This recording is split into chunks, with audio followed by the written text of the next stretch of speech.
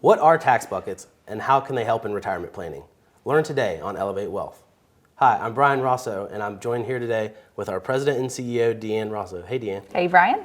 So we describe these tax buckets a lot with clients, and a lot of people don't really understand what we mean by tax buckets.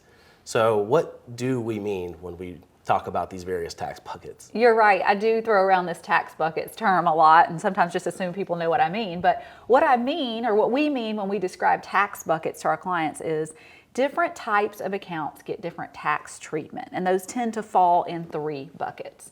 So if we think about the first bucket, and the reason we use buckets is we think about money pouring into the bucket when you add it into an account, and then how it comes out, like a little spout at the bottom that we turn on, and how those dollars flow out of the bucket. So if we think about the first bucket, we call that the taxable bucket. And when money flows into that, that is money that goes in pre-tax. And those are accounts like IRAs, 401ks, 403bs, annuities, anything that gives you tax deferral and no taxes on the front end, it goes in that taxable bucket.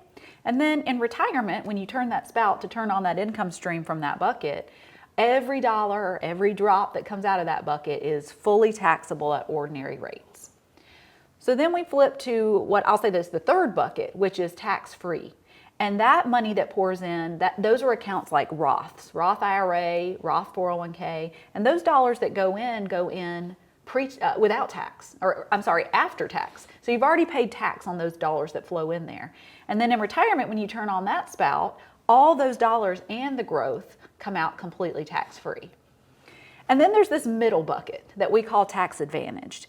And that one is account types like joint or individual investment accounts, your mutual funds, stocks, bonds that generate capital gains. Your home could be considered in that bucket, your savings accounts, but things that generate capital gains and dividends that are taxed lower than ordinary income tax rates.